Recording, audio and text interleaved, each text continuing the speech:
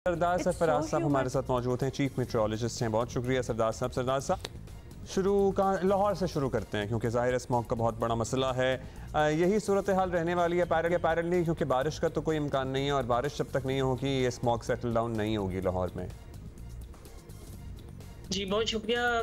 देखिए यही ऐसा ही खदशा है क्योंकि बारिशें वैसे इस पूरे सीज़न में कम है मामूल से, और अभी तो बिल्कुल भी नहीं है। ख़ासकर लाहौर और ये जो आपका सेंट्रल पंजाब जो इस स्मोक से ज़्यादा मुतासर होता है, उन एरियाज़ में तो अगले 2 हफ्ते तक कोई ऐसा नहीं दिखाई देता, कोई बारिश सिग्निफिकेंट, बल्कि कोई अप्रोच करती हुई नहीं दिखाई देती। बिल्कुल शुमाली इलाका जहाँ जो है KP के शुमाली इलाके और गिलगित बल्तिस्तान और कश्मीर, वहाँ तक एक महदूद सी वेव है शायद 11-12 को।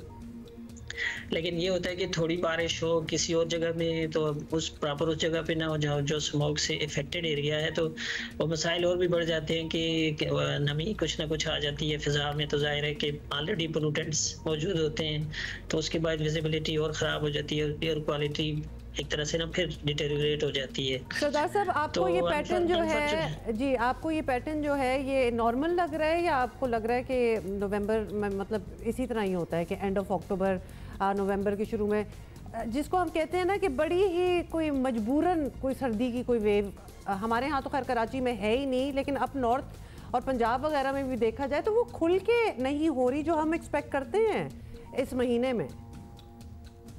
जी ऐसे ही है। अभी तक उस तरह से मामूल से ज्यादा ही जा रहे हैं टेम्परेचर। हाँ इंडिविजुअल जगह हैं कुछ ऐसी, जैसे स्कर्दू वगैरह में तो रात का टेम्परेचर 0 तक पहुंच जाता है अभी, और इसी तरह से कालाम हो गया KP की तरफ, और कुछ इंडिविजुअल पॉकेट्स हैं ऐसी। आपको पता है शुमाली इलाके जो पहाड़ी इलाके हमारे, वहाँ पर तो सर्दी हो जाती है, लेकिन ओवरऑल अभी तक वही ट्रेंड चल रहा है। दिन में तेज धूप होती है और रात में कुछ खुनकी तो वही पहाड़ी इलाकों या शुमाली इलाकों में हो रही है, लेकिन मैदानी इलाकों में तो अभी तक कोई ऐसा असर नहीं पड़ा।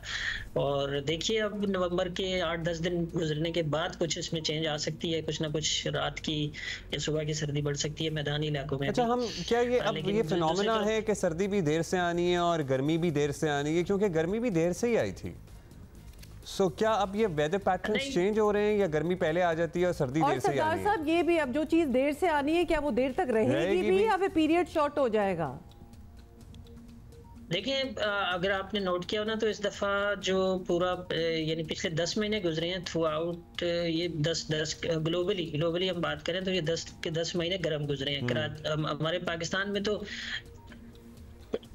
जो बीच का मानसून का पीरियड होता है ना, जुलाई से लेके सितंबर तक, वो निस्बतन कूलर मंथ्स होते हैं क्योंकि क्लाउडी वेदर रहता है और बारिशें चल रही होती है मुसलसल। तो अच्छा, दूसरी तरफ आप ग्लोबली देखें, यानी नॉर्दर्न हेमिस्फीयर का ये जो आपका समर सीजन था जून से लेके अगस्त तक 3 महीने जो समर सीजन होते हैं, ये वार्मेस्ट एवर समर था ग्लोबली नॉर्दर्न हेमिस्फीयर में।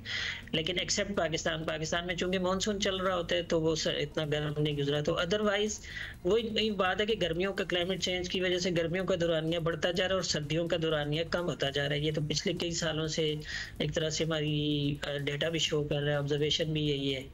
तो अब ये कि और फिर गर्मी जल्दी आ जाती है। आपने देखा होगा कि 2022 में और फिर 23 में भी, यानी मार्च अप्रैल से कुछ इलाकों में गर्मी पड़ना शुरू हो जाया करती है, और फिर वो मई के एंड तक तो रहती है, जून के वस्त तक बल्कि। और फिर जब मानसून या प्री मानसून बारिशें शुरू होती हैं तो फिर उसमें कमी आती है। लेकिन ओवरऑल ट्रेंड यही है कि गर्मियाँ जो है ना वो फैलती जा रही है, गर्मियों का सीजन, और सर्दियों का सीजन सुगड़ता जा रहा है। सरदार साहब, thank you for being with us.